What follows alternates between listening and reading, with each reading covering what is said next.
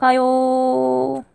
가요. 없어져라. 없어져라. 없어져라. 없어져라. 없어져라. B1은 남아있어야 되는데. 아니, 이게 뭐예요? n세제곱에 관한 부등식을 풀라는 겁니까? 안녕하세요. 오늘의 주제는 특명, 케이크를 잘라라 입니다. 만조각 이상을 만들려면 케이크를 최소 몇 번의 칼질을 잘라야 할지에 대해서 이야기해 볼게요.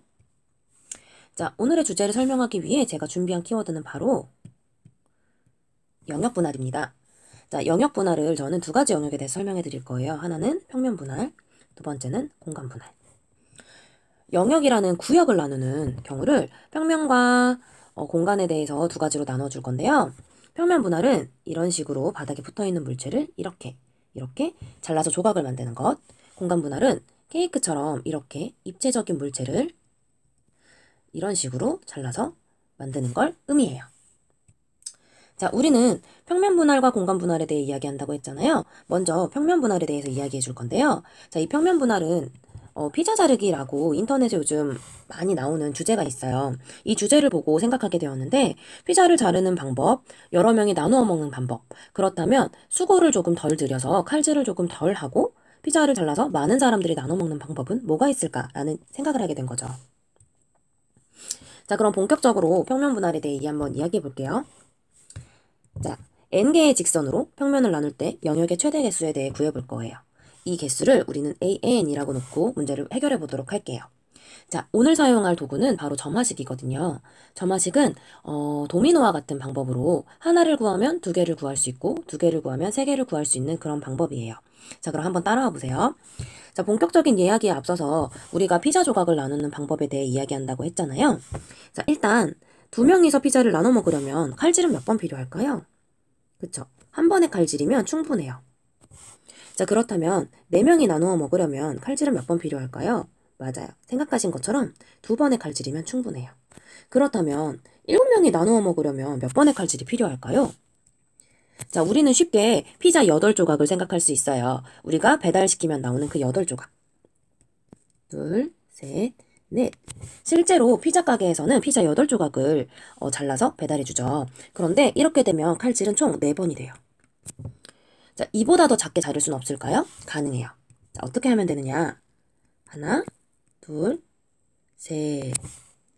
물론 이 부분을 먹는 사람이 조금 어색하긴 하겠지만 그래도 우리는 3번의 칼질을 통하여 7명에서 나눠 먹는 방법을 찾을 수가 있겠네요. 자, 그렇다면 3개의 직선으로 평면을 나눌 때 그 영역의 최대 개수는 몇 개다? 7개다. 이렇게 이야기할 수 있겠죠.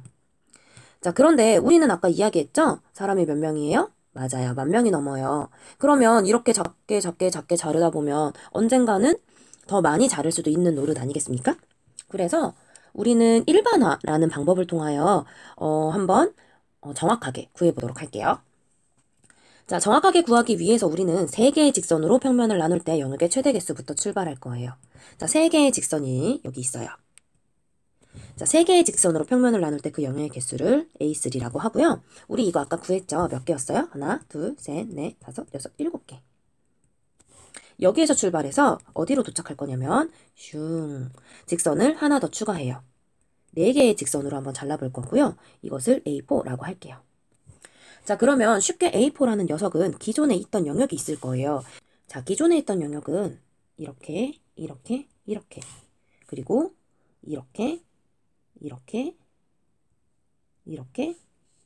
이렇게가 되겠네요.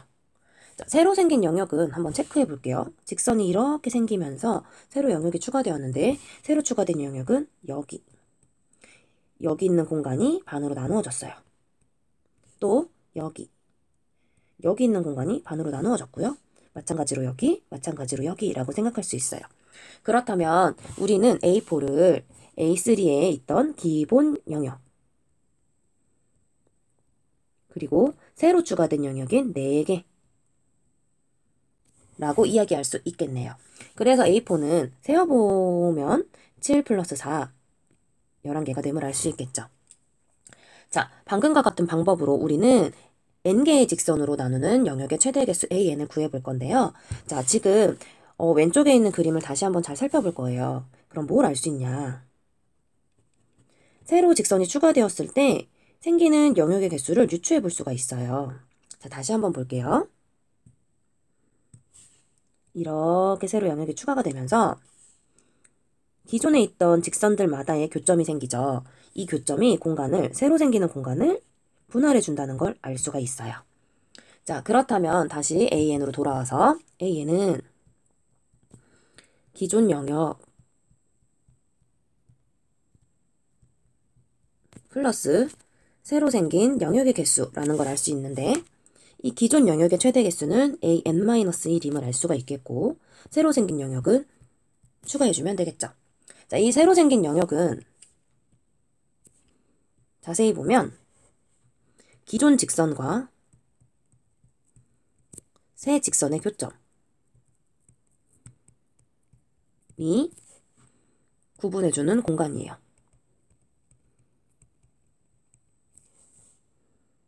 자, 그럼 다시 말해 an-1 플러스 n이라는 사실을 알 수가 있겠네요.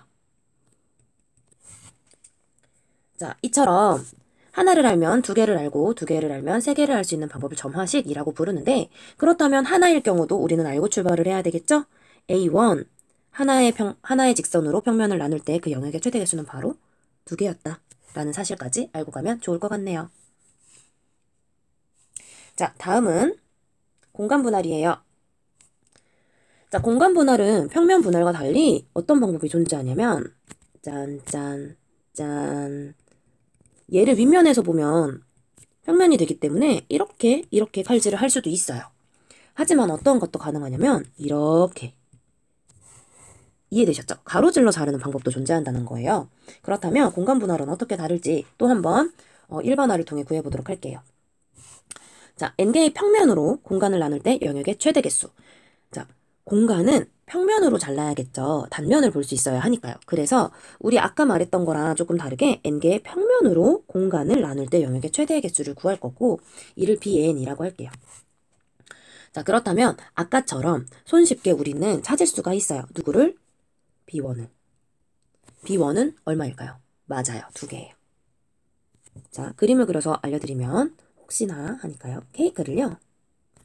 이렇게 평면으로 자르게 되면 공간이 이쪽 공간 하나,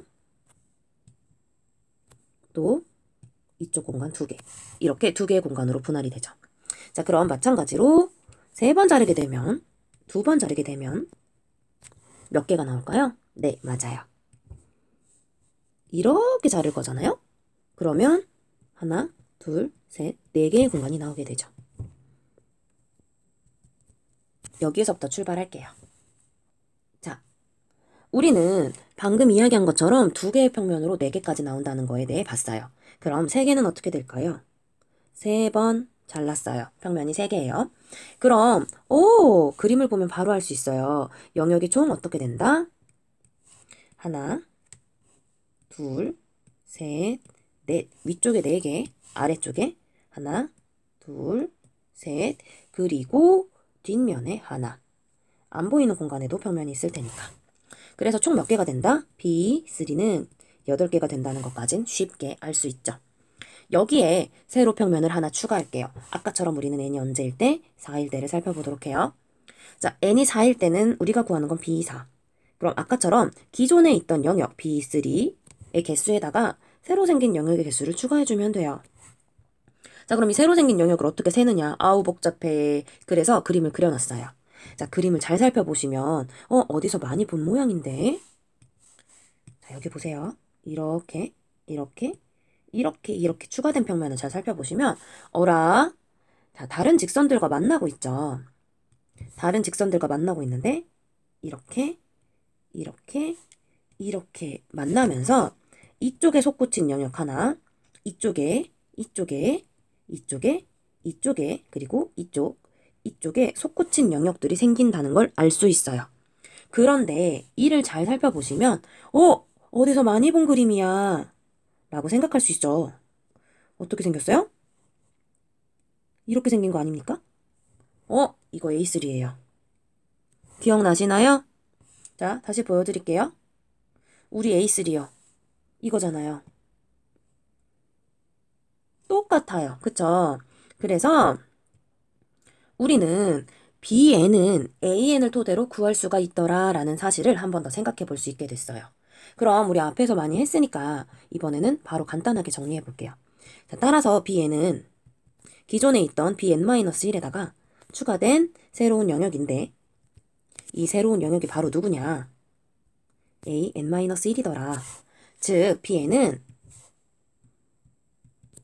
bn-1 플러스 an-1이구나 라는 걸 알 수 있고 우리 아까 구했던 것처럼 b1은 2, a1도 2라는 사실에서 출발하도록 하자라고 이야기할 수 있겠죠.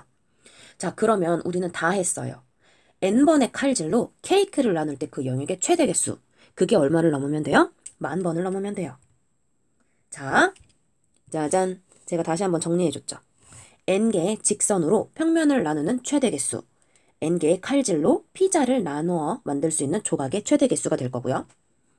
자, 여긴 bn, n번의 칼질로 케이크를 나누어 만들 수 있는 조각의 최대 개수가 바로 bn이 될 거예요. 이들을 토대로 우리는 bn이 10,000 조각이 넘는 그 순간을 찾을 거예요. bn이 10,000 조각을 넘어가는 n을 찾을 거예요. 이해되셨죠? 자, 그러면 우리 아까 구했던 이 노란색 식과 초록색 식을 이용해서 대입을 한번 해볼게요.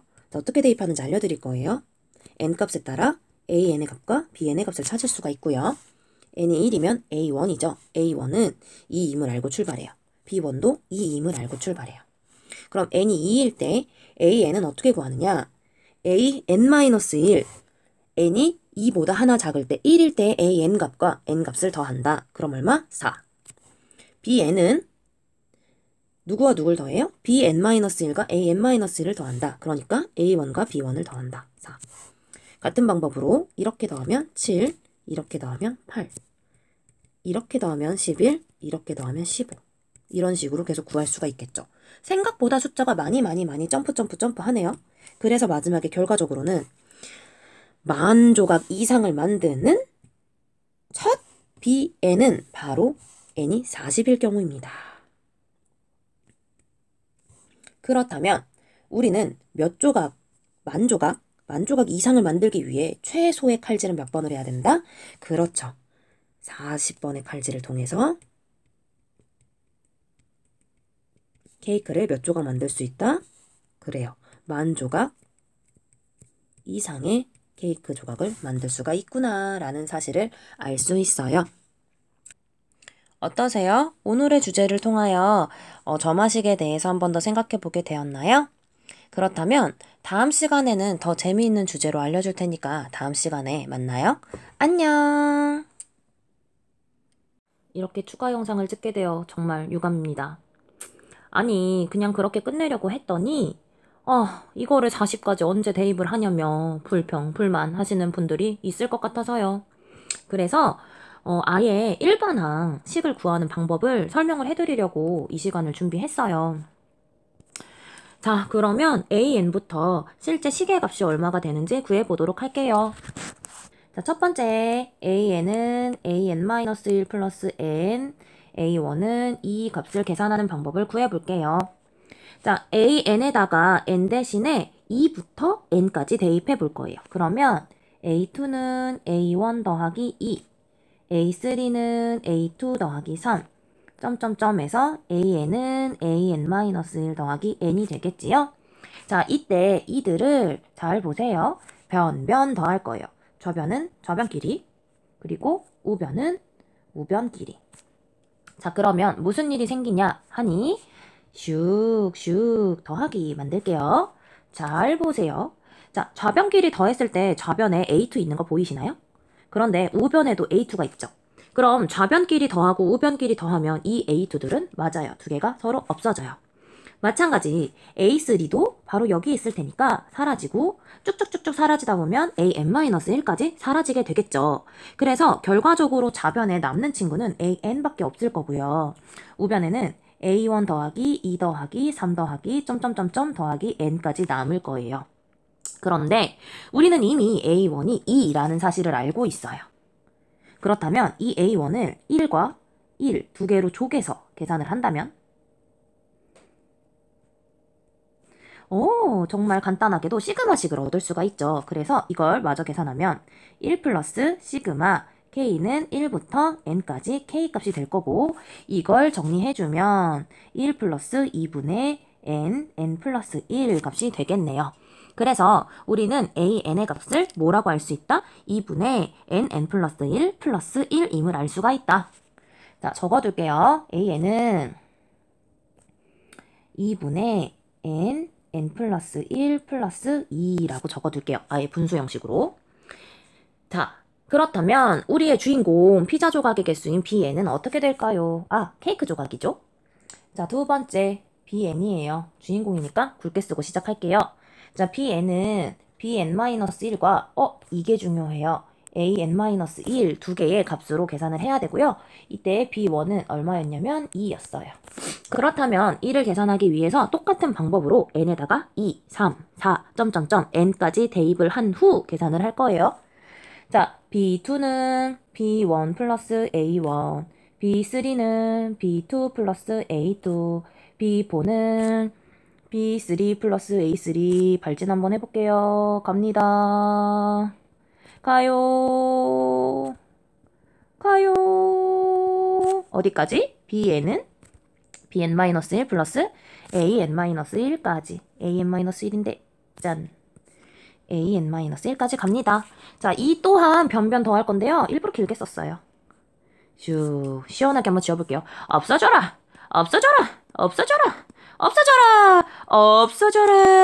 결과적으로 남는 친구는 죄송해요. bn은 얼마냐? 남는 건 여기 b1은 남아 있어야 되는데 b1과 a1부터 an-1까지 남았지요? 얘가 좀 길었네. 그쵸?